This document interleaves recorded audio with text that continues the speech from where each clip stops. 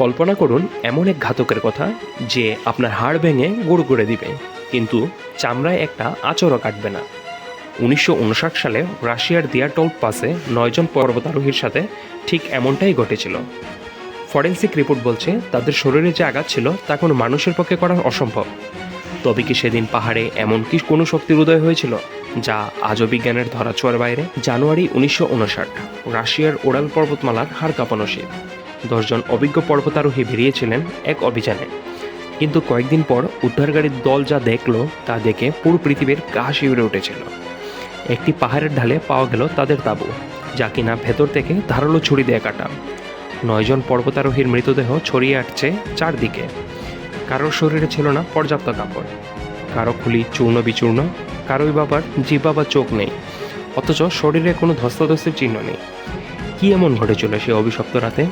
তারা কি তুষারঝড়ের কবলে পড়েছিলেন, নাকি কোনো অজানা শক্তি তাদের আক্রমণ করেছিল? আজ আমরা উন্মোচন করব ইতিহাসের অন্যতম রহস্যময় ঘটনা, দিয়াটল পাস ইনসিডেন্ট। এই দলটির নেতৃত্বে ছিলেন 23 বছর বয়সী ইগর দিয়াটল। দলে ছিলেন 8 জন পুরুষ এবং 2 জন নারী। তারা সবাই ছিলেন উরাল পলিটেকনিক ইনস্টিটিউটের শিক্ষার্থী এবং অভিজ্ঞ পর্বতারোহী। তাদের লক্ষ্য ছিল অটুলটেন পাহাড় জয় করা। অভিযান শুরুর কয়েকদিন পর ইউডিন নামে এক সদস্য অসুস্থ হয়ে পড়ায় ফিরে আসেন। তিনি জানতেন না এই অসুস্থতাই তাকে নিশ্চিত মৃত্যুর হাত থেকে বাঁচিয়ে দিল। বাকি 9 জন এগিয়ে চললেন সেই দুর্গম পথে। 1 ফেব্রুয়ারি তারা মৃতের পাহাড় অথবা খোলা সাইয়াহ এর পাদদেশে তাঁবু গাড়েন। এটাই ছিল তাদের জীবনের শেষ রাত। নির্ধারিত সময়ে তারা ফিরে না আসায় অনুসন্ধান শুরু হয়।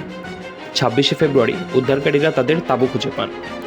অদ্ভুত ব্যাপার হলো, তাঁবুটির প্রবেশদ্বার ঠিক ছিল, কিন্তু এর পাশ থেকে কাপড় কেটে তারা বের হয়েছিলেন। মনে হচ্ছিল কোনো কিছু থেকে বাঁচতে তারা এতটাই মরিয়াছিলেন যে বের হওয়ার স্বাভাবিক পথ খোঁজার সময়টুকুও পাননি। তাঁবু থেকে প্রায় 1.5 কিলোমিটার দূরে 9 জোড়া পায়ের ছাপ পাওয়া যায়। দেখা যায় কেউ খালি পায়ে, কেউ বা এক পায়ে মোজা পরে -30 ডিগ্রি সেলসিয়াস তাপমাত্রায় দৌড়ে পাহাড়ের নিচে বনের দিকে পালিয়েছেন। বনের ধারে একটি বড় পাইন গাছের নিচে প্রথম 2টি মৃতদেহ খুঁজে পাওয়া যায়। তাদের পরনে ছিল শুধু অন্তর্বাস, হাত ছিল ক্ষতবিক্ষত, যেন তারা হন্যে হয়ে গাছে ওঠার চেষ্টা করছিলেন। কিন্তু কেন? তারা নিচ থেকে কাকে দেখছিলেন, নাকি উপর থেকে কোনো কিছু তাদের উপর নজর রাখছিল?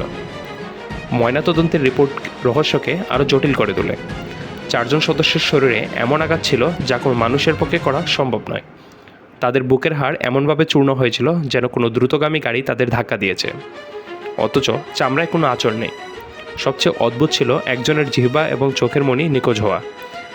এই দুর্ঘটনা নিয়ে 3টি তথ্য খুঁজে পাওয়া যায়। তথ্য নং 1, তুষারধস।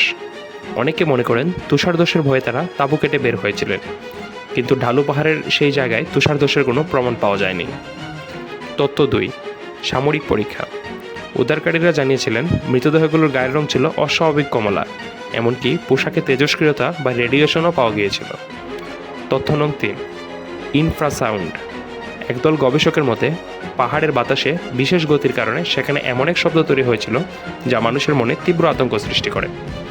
এই ভয়ে হয়তো তারা দিকবিদিক জ্ঞানশূন্য হয়ে পালিয়ে গিয়েছিলেন। 2020 সালে রাশিয়ার এক পূর্ণ তদন্তে বলা হয় একটি বিশেষ ধরনের তুষারধস এবং প্রবল ঠান্ডাই ছিল এই মৃত্যুর কারণ। কিন্তু এই উত্তর কি সব প্রশ্নের সমাধান দেয়? কেন তাদের পোশাকে রেডিয়েশন ছিল?